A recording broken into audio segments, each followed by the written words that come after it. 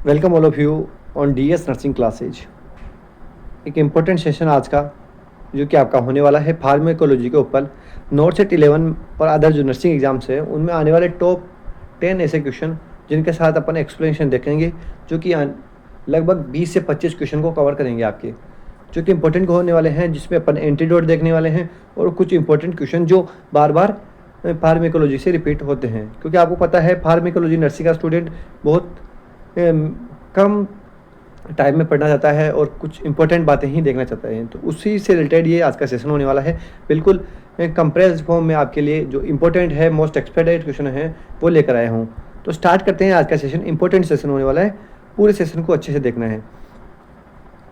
आपके सामने first question है, एक इंपॉर्टेंट क्वेश्चन होने वाला है। पहला, which drug is the first line treatment for anaphylactic shock. Anaphylactic shock से जो इसका फर्स्ट लाइन ट्रीटमेंट है वो आपसे पूछा है और इम्पोर्टेंट है। इसका फर्स्ट लाइन ट्रीटमेंट क्या होगा? वेरी वेरी इंपॉर्टेंट क्वेश्चन, कई बार एग्जाम में आया हुआ है। आपके सामने ऑप्शन है, option A hydrocortisone, option B chlorpheniramine, option C adrenaline epinephrine और ऑप्शन डी है साल्बुटामोल। तो आपको कमेंट करना है कि फर्स्ट लाइन ट्रीटमेंट क्या होता है एनाफाइलेटिक शॉक में। इंपॉर्टेंट क्वेश्चन है। अब अपन देखते हैं इसका। यहाँ जो ऑप्शन में अपने एक है एड्रेनलिन। बात करें एड्रेनलिन, जिसे अपन एपिनेफ्रिन के बारे में नाम से जानते हैं, तो जो एड्रेनलिन होता है वो अल्फा 1, अल्फा बीटा 1 और बीटा 2 पे वर्क करता है। अल्फा 1, बीटा 1 और बीटा 2 इन पे वर्क करने का काम करता है एड्रेनलिन। अल्फा 1 पे काम करता है तो वो जो ब्लड वेसल होती है उसको कॉन्स्ट्रिक्ट करता है, और ब्लड वेसल्स को कॉन्स्ट्रिक्ट करके जो आपके हाइपोटेंशन कंडीशन है उसको ट्रीट करने का काम करता है। बीटा 1 पे जो वर्क करता है उसमें हाई जो आपकी हार्ट रेट होती है और कार्डिक आउटपुट होता है उसको इंक्रीज करने का काम करता है। और बीटा 2 पे वर्क करके जो आपकी ब्रोंकियल स्मूथ मसल्स को रिलैक्स करने का काम करती है, जो कि कॉन्स्ट्रिक्ट हो जाती है उन्हें रिलैक्स करने का काम करती है एड्रेनलिन एपिनेफ्रिन। और भी अपन यहाँ बात करें इसकी डोज से क्वेश्चन आता है, तो इसकी डोज होती है 0.3 से 0.5 mg IM दिया करते हैं। बात करें इसका सॉल्यूशन कैसे रेडी करते हैं, तो 1:1000 के इसका रेशो होता है आपके एनाफाइलेक्टिक रिएक्शन में। जब भी एनाफाइलेक्टिक रिएक्शन में एपिनेफ्रिन यूज़ करें, एड्रेनलिन यूज़ करें, तो इसका रेशो क्या होता है 1:1000। एग्जाम में आता है, ये भी आपको ध्यान रखना है। एक रेशो 1000 के सॉल्यूशन में 0.3 से 0.5 mg IM दिया जाता है आपके एड्रेनलिन। और इसको अगर आपके जो साइन सिम्टम है वो ट्रीट नहीं हो रहे हैं, अगर ज़्यादा कंडीशन ख़राब हो रही है, तो इसको 5 से 15 मिनट में इसको रिपीट भी कर सकते हैं। एग्जाम का क्वेश्चन बन सकता है कितने टाइम में रिपीट करते हैं। तो यहाँ बात करें जो एड्रेनलिन है, यही इसका आंसर होने वाला है। जो फर्स्ट लाइन ट्रीटमेंट होता है एनाफाइलेक्टिक शॉक का वो आपके होता है एड्रेनलिन। फर्स्ट लाइन ट्रीटमेंट क्या होता है? First line treatment. अगर आपसे एनाफाइलेक्टिक रिएक्शन में पूछे कि फर्स्ट लाइन ट्रीटमेंट क्या है, तो आपका आंसर होना चाहिए एड्रेनलिन या फिर एपिनेफ्रिन। इंपॉर्टेंट है, एग्जाम में आया हुआ क्वेश्चन है। बात करें अदर जो आपके सामने ऑप्शन है साल्बुटामोल, हाइड्रोकोर्टिसोन और क्लोरोफेनामाइन। तो बात करें हाइड्रोकोर्टिसोन एक आपके कोर्टिकोस्टेरॉइड है, और कोर्टिकोस्टेरॉइड आपको सबको पता है कि इन्फ्लामेशन को कम करता है, और जो लेट एलर्जिक साइन आते हैं किसी भी कंडीशन में एनाफाइलेक्टिक शॉक में, उनको ट्रीट करने का, उनको प्रिवेंट करने का काम कौन करता है? हाइड्रोकोर्टिसोन। ये क्या करता है, लेट जो आपके साइन आते हैं एलर्जिक रिएक्शन के और जो प्रोलॉन्ग जो रिएक्शन होती है उसको प्रिवेंट करने का काम कौन करता है?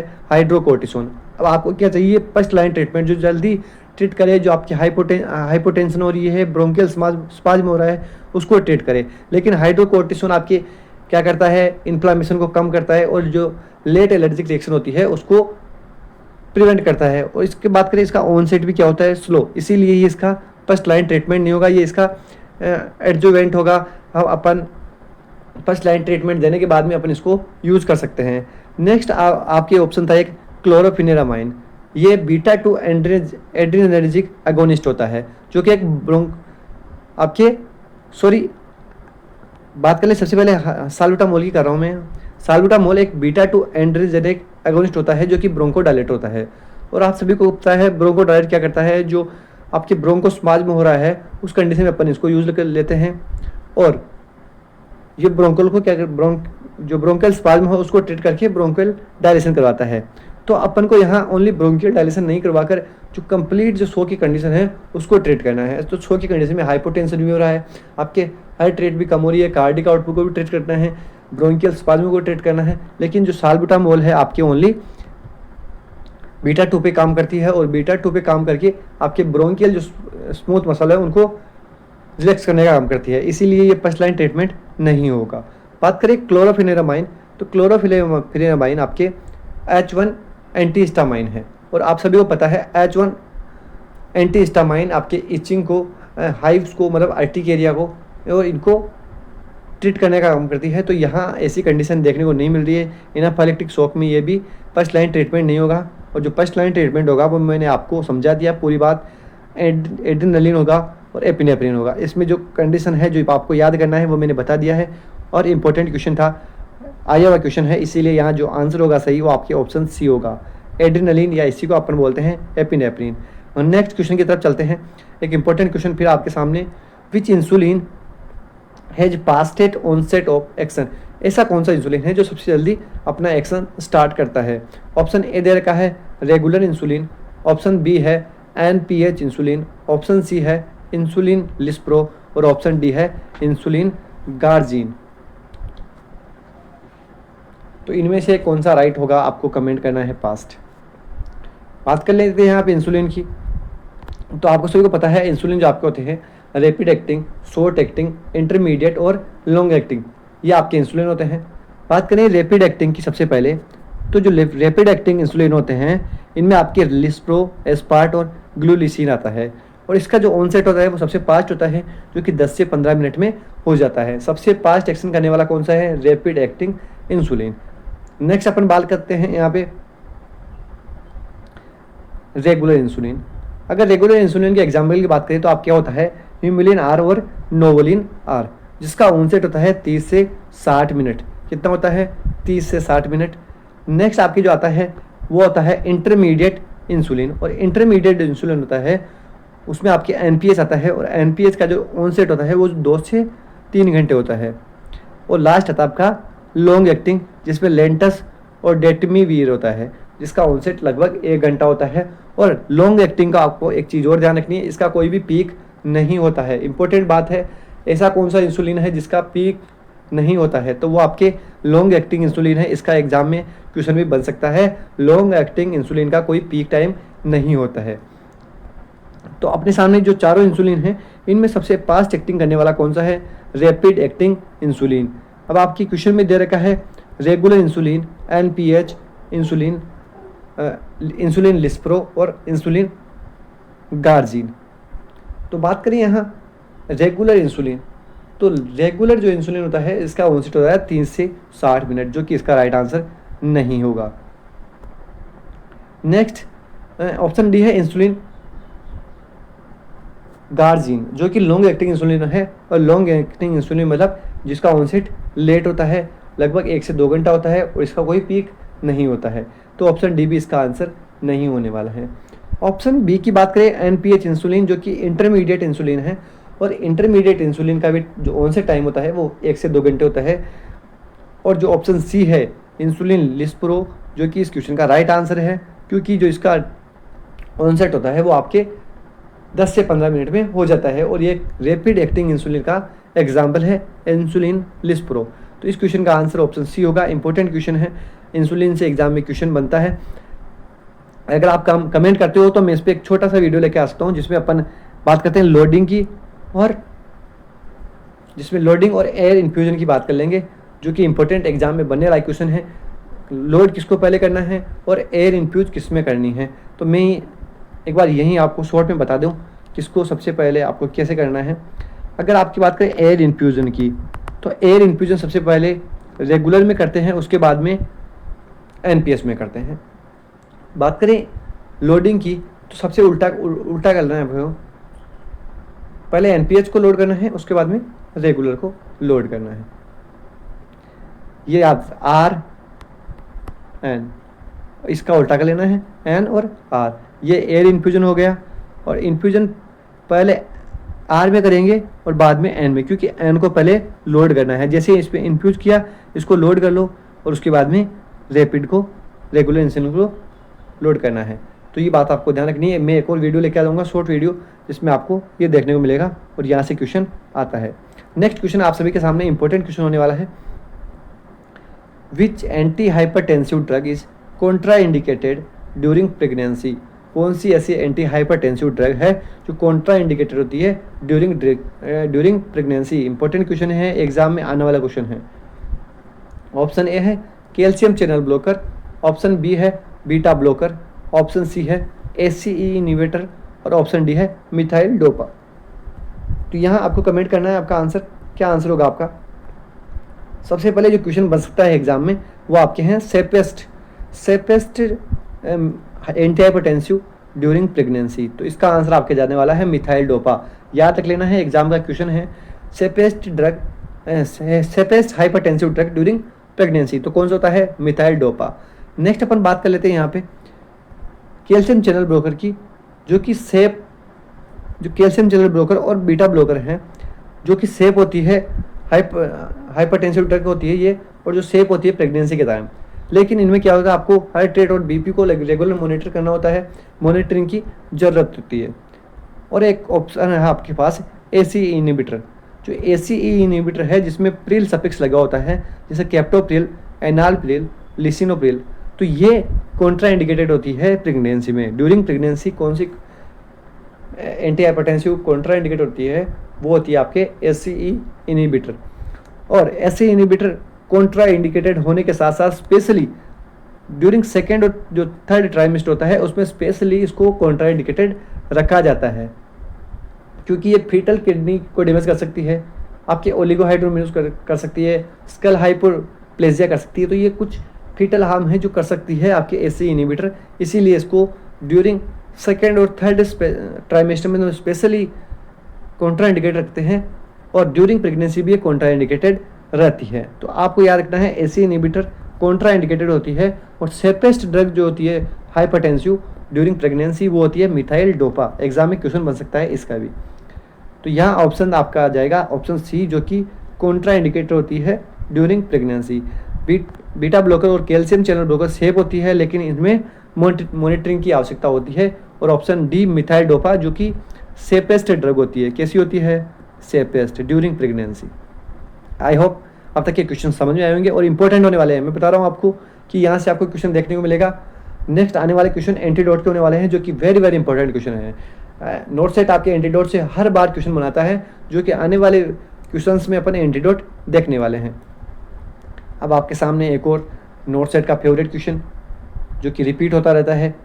Which bronchodilator should be administered before an inhaled corticosteroid in asthma? एक अस्थमा का पेशेंट है जिसमें आप कौन सा ब्रोंकोडायलेटर एडमिनिस्टर करोगे इनहेल्ड कोर्टिकोस्टेरॉइड से पहले? तो ऑप्शन ए दे रखा है डेक्लोमेथासोन, ऑप्शन बी है बुडेसोनोइड, ऑप्शन सी है साल्बुटामोल और ऑप्शन डी है मोन्टेलोकास्ट। ये कुछ आपके ऑप्शन हैं, तो आपको कमेंट करना है आपका आंसर क्या होगा यहाँ पे। सबसे पहली बात, जो एक क्वेश्चन का आंसर आपको यहाँ मिल रहा है which bronchodilator should B admission, मतलब आपको जब भी क्वेश्चन आपका ऐसा पूछे कि इनहेल्ड कोर्टिकोस्टेरॉइड भी चल रहा है पेशेंट में और ब्रोंकोडायलेटर भी चल रहा है, तो आपको सबसे पहले ब्रोंकोडायलेटर देना है या फिर इनहेल्ड कोर्टिकोस्टेरॉइड देना है। तो यहाँ तो सबसे पहले एक आंसर आपको पता होना चाहिए। सबसे पहले अपन क्या देते हैं? ब्रोंकोडायलेटर, उसके बाद में क्या देना है? कोर्टिकोस्टेरॉइड। ये क्वेश्चन भी एग्जाम में आया हुआ है। इस कंडीशन में जब पेशेंट में दोनों ड्रग्स चल रही हो, ब्रोंकोडायलेटर और इनहेल्ड कोर्टिकोस्टेरॉइड, तो उस कंडीशन में आपको सबसे पहले क्या देना है? ब्रोंकोडायलेटर पेशेंट को देना है। ये क्वेश्चन आया हुआ है, ये एक तो आपको यहाँ क्लियर होता है। अब आपको बताना है कि कौन सा आपको ब्रोंकोडायलेटर देना है।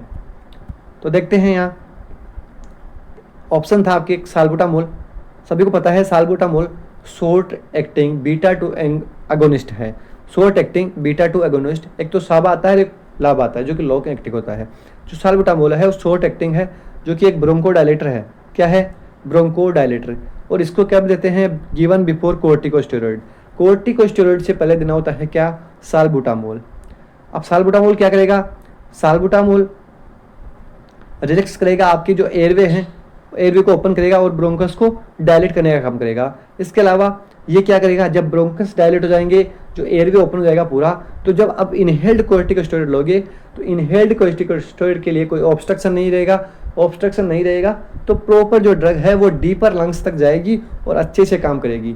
जब आपके ब्रोंकस रिलैक्स नहीं होकर कॉन्स्ट्रिक्टेड है, कोई ऑब्स्ट्रक्शन है और आप ब्रोंकोडायलेटर से पहले इनहेल्ड कोर्टिकोस्टेरॉइड ले रहे हो तो प्रॉपर मात्रा में वो आपके लंग्स तक नहीं जा पाएंगे, डीपली इफेक्टिव नहीं हो पाएंगे। इसीलिए आपको सबसे पहले क्या लेना है, आपके ब्रोंकोडायलेटर। और ब्रोंकोडायलेटर लेने के बाद में जब आप आपके कोर्टिकोस्टेरॉइड लेते हो, इनहेल्ड कोर्टिकोस्टेरॉइड, तो वो आपके अच्छे से काम करते हैं, इफेक्टिवनेस को बढ़ा दिया जाता है। कैसे?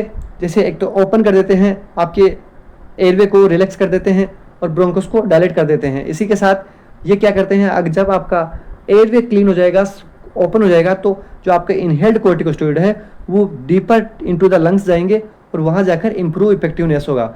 आपके जो इफेक्ट जो कर रहा है, नॉर्मली जो इफेक्ट करेगा उससे भी अच्छा इफेक्ट करेगा आपका इनहेल्ड कोर्टिकोस्टेरॉइड जब आप ब्रोंकोडायलेटर पहले देते हो। तो ये ध्यान रख लेना है, ब्रोंकोडायलेटर पहले देते हैं, उसके बाद में देते हैं कोर्टिकोस्टेरॉइड। एग्जाम का क्वेश्चन है कई बार कि पेशेंट में ब्रोंकोडायलेट भी चल रहा है और कोर्टिकोस्टेरॉइड, इनहेल्ड कोर्टिकोस्टेरॉइड भी चल रहा है, तो आपको इस कंडीशन में पहले पेशेंट को क्या देना है? तो आपको सबसे पहले ब्रोंकोडायलेटर देना है, देन इनहेल्ड कोर्टिकोस्टेरॉइड देना है। इंपॉर्टेंट है, एग्जाम का क्वेश्चन है। अदर ऑप्शंस की बात कर लें, एक ऑप्शन था डेक्लोमेथासोन और बुडेसोनाइड। ये दोनों ही क्या है, inhaled corticosteroid, not bronchodilator.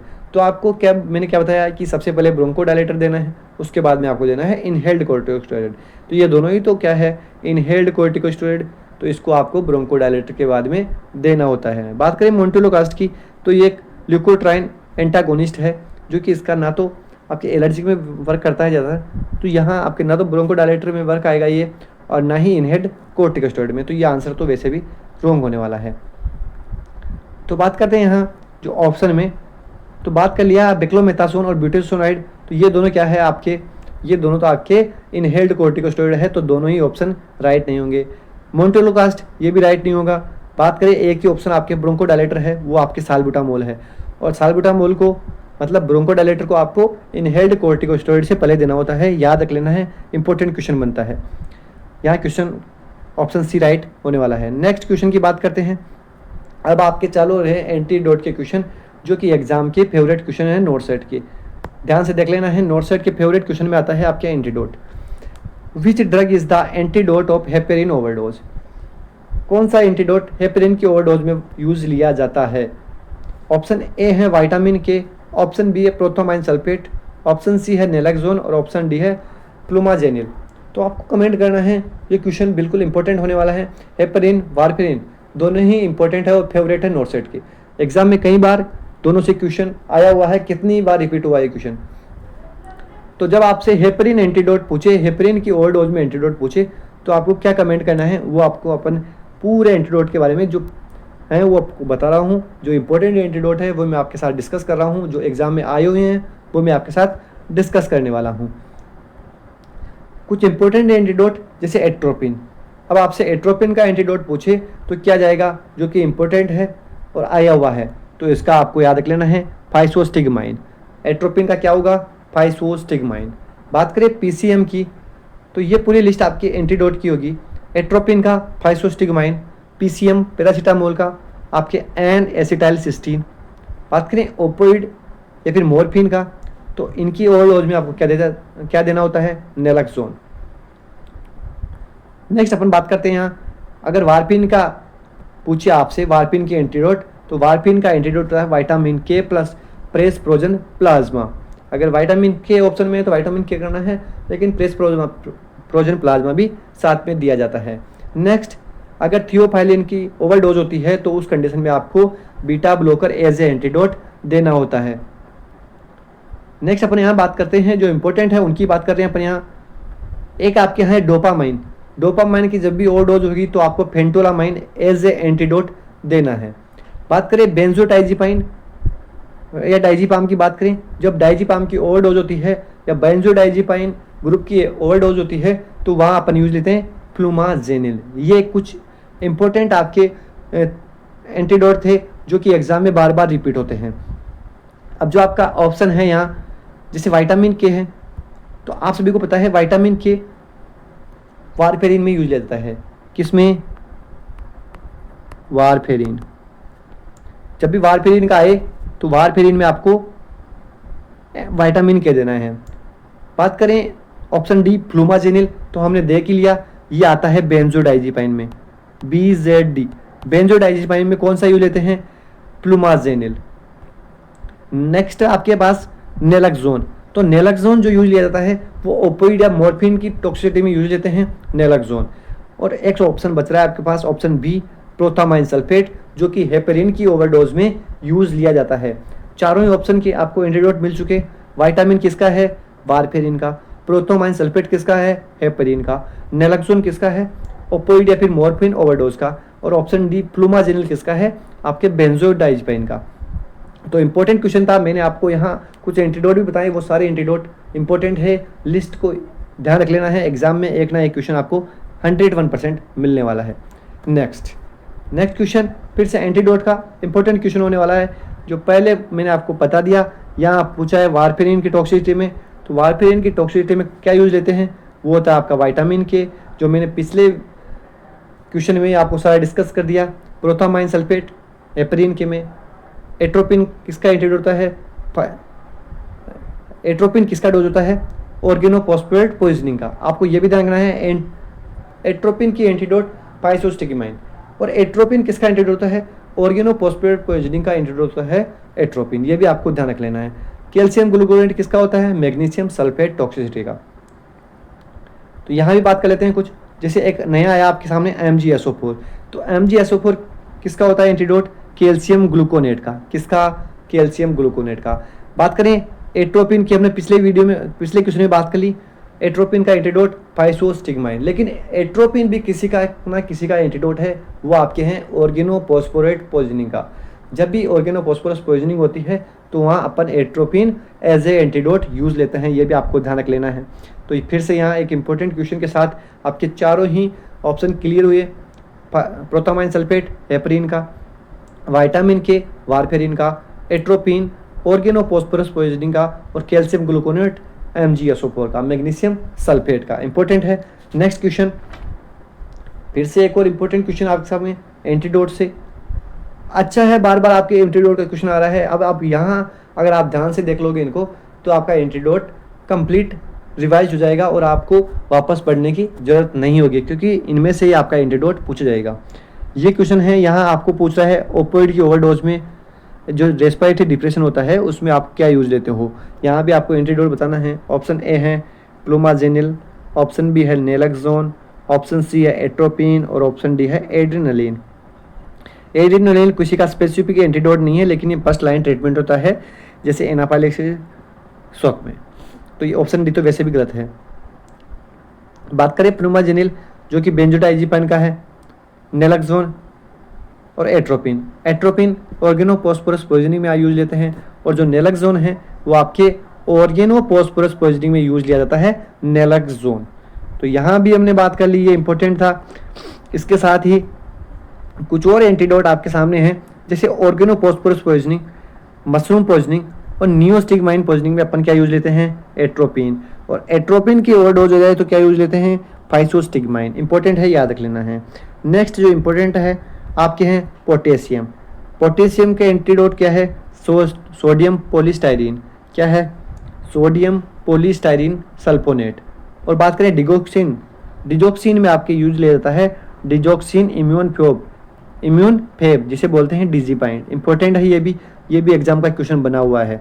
Digoxin का एंटीडोट डिजोक्सिन इम्यून फेब, जिसे अपन बोलते हैं डिजीबाइंड। इसके अलावा एक क्वेश्चन आ सकता है यूनिवर्सल एंटीडोट का, तो याद रख लेना है यूनिवर्सल एंटीडोट माना जाता है एक्टिवेटेड चारकोल को। तो ये और आपके सामने आए हुए कुछ क्वेश्चन और कुछ एंटीडोट जो बार बार रिपीट होते हैं, वो आपको मैंने यहाँ इस फिर क्वेश्चन में बता दिए एक बार फिर से। तो इस क्वेश्चन का जो राइट आंसर बता दिया मैंने, ऑप्शन बी नेलक्सोन, जो कि ओपियोइड या फिर मॉर्फिन की ओवरडोज में यूज लेते हैं। फ्लूमाजेनिल बेंजोडाइजिपाइन में, एट्रोपिन ऑर्गेनोफॉस्फोरस पॉइजनिंग में या फिर मशरूम पॉइजनिंग में, और एड्रेनालिन किसी का भी स्पेसिफिक एंटीडोट नहीं होता है, ये फर्स्ट लाइन ट्रीटमेंट के रूप में यूज लेते हैं। फिर से आपके सामने एक और एंटीडोट। अब आपको इस क्वेश्चन का राइट आंसर तो कमेंट करके जाना है, इसका मैं आपको नहीं बताने वाला हूँ। Antidote for benzodiazepine overdose. इसका आंसर आपको कमेंट कर देना है, कमेंट बॉक्स में इंतजार रहेगा। देखते हैं कितने स्टूडेंट राइट आंसर कमेंट कर पाते हैं। नेक्स्ट क्वेश्चन की तरफ चलते हैं। नेक्स्ट क्वेश्चन है आपके, which anti TB drugs commonly causes optic neuritis. कौन सी anti TB drugs optic neuritis cause करती है? आपके सामने ऑप्शन जैसे आ गया आइसोनियाजाइड, पायराजिनामाइड, इथाम्ब्यूटोल, आइसोनियाजाइड, ये आपके ऑप्शन है कुछ, तो इनमें से आपको एक कमेंट करना है। ऑप्शन यहाँ थे लेकिन शायद टाइपिंग में या फिर किसी प्रॉब्लम की वजह से आपका ऑप्शन आपको देखने को नहीं मिल रहे हैं, ऑप्शन देखने को नहीं मिल रहे हैं आपको यहाँ पे। तो नेक्स्ट क्वेश्चन के देख लेते हैं अपन। ये दूसरा क्वेश्चन है आपके सामने, इसको ट्रीट कर लेते हैं पहले, इसके साथ ही वो आपका क्लियर हो जाएगा।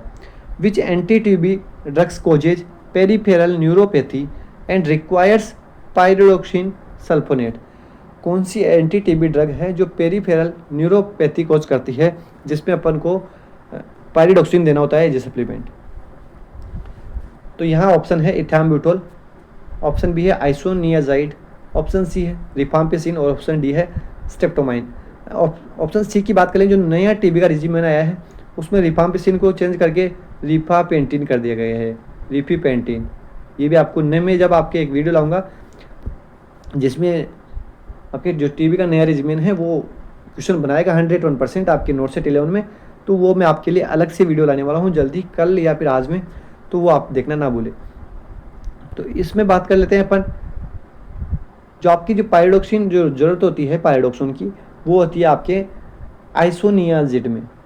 जो आपके आइसोनियाजिड है ये आपके पेरीफेरल न्यूरोपैथी कोज करती है, और पेरीफेरल न्यूरोपैथी को ट्रीट करने के लिए विटामिन B6 दिया जाता है, विटामिन B6 जिसे अपन बोलते हैं पायरोडोक्सिन। आइसोनियाजिड का कोज करती है पेरीफेरल न्यूरोपैथी। बात करें इथाम्ब्यूटोल की, तो जो आपके सामने इथाम्ब्यूटोल है ये आपकी ऑप्टिक न्यूराइटिस कोज करती है। क्या करती है? Optic neuritis. एक बार मैं आपको सबको बता दूं, जो आपकी इथाम्ब्यूटोल है, इथाम्ब्यूटोल ऑप्टिक न्यूराइटिस कोज करती हैं। कुछ मिस्टेक हो रही है थोड़ा,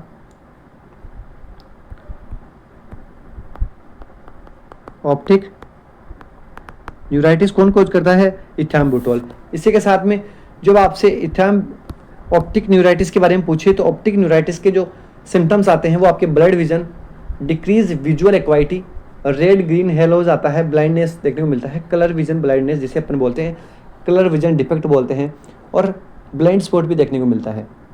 बात करें रिफाम्पिसिन, अगर आपको रिफाम्पिसिन के बारे में पूछे, वैसे अब रिफाम्पिसिन का क्वेश्चन आने कम चांसेस है क्योंकि इसको रिमूव कर दिया गया है। तो रिफाम्पिसिन जो होता है वो आपके ऑरेंज रेड कलर डिस्कलेशन करता है बॉडी फ्लूइड्स का। क्या करता है? ऑरेंज रेड डिस्कलेशन करता है। पैराजिनामाइड जो होता है वो हाइपर यूरिसीमिया करता है। क्या करता है? Hyper uricaemia. और आइसोनियाजाइड क्या करता है? पेरीफेरल न्यूरोपैथी, जिसको ट्रीट करने के लिए क्या यूज लेते हैं? विटामिन B6, जो कि इंपॉर्टेंट क्वेश्चन बन सकता है। अब जो ये आपके क्वेश्चन था पीछे वाला जिसमें आपसे पूछा क्या था? Optic neuritis. तो ऑप्टिक न्यूराइटिस कौन कोज करता है? आपके इथाम्ब्यूटोल। कौन करता है? इथाम्ब्यूटोल। ये क्वेश्चन भी आपका हो गया। ऑप्टिक न्यूराइटिस कौन कोज करता है? इथाम्ब्यूटोल। पेरीफेरल न्यूरोपैथी कौन कोज करता है?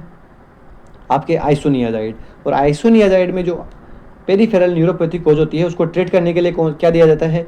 विटामिन B सप्लीमेंट दिया जाता है। बात करें स्ट्रेप्टोमाइसिन की, तो स्ट्रेप्टोमाइसिन ऑटोटॉक्सिसिटी कोज करता है। क्या करता है? ऑटोटॉक्सिसिटी। ये आपको ध्यान रख लेना है। तो ये इंपॉर्टेंट क्वेश्चन थे जो कि आने वाले नोट सेट में आ सकते हैं आपके, और एंटीडोट के क्वेश्चन तो 100% आपको देखने को मिलेंगे। तो वीडियो अच्छा लगा हो वीडियो को लाइक करें, चैनल को सब्सक्राइब करें। आने वाले और भी वीडियो इंपॉर्टेंट होने वाले हैं। नोट सेट से पहले बहुत सारे इंपॉर्टेंट वीडियोस मैं आपके लिए लेकर आने वाला हूँ, तो आपके दोस्तों के साथ शेयर करें। धन्यवाद।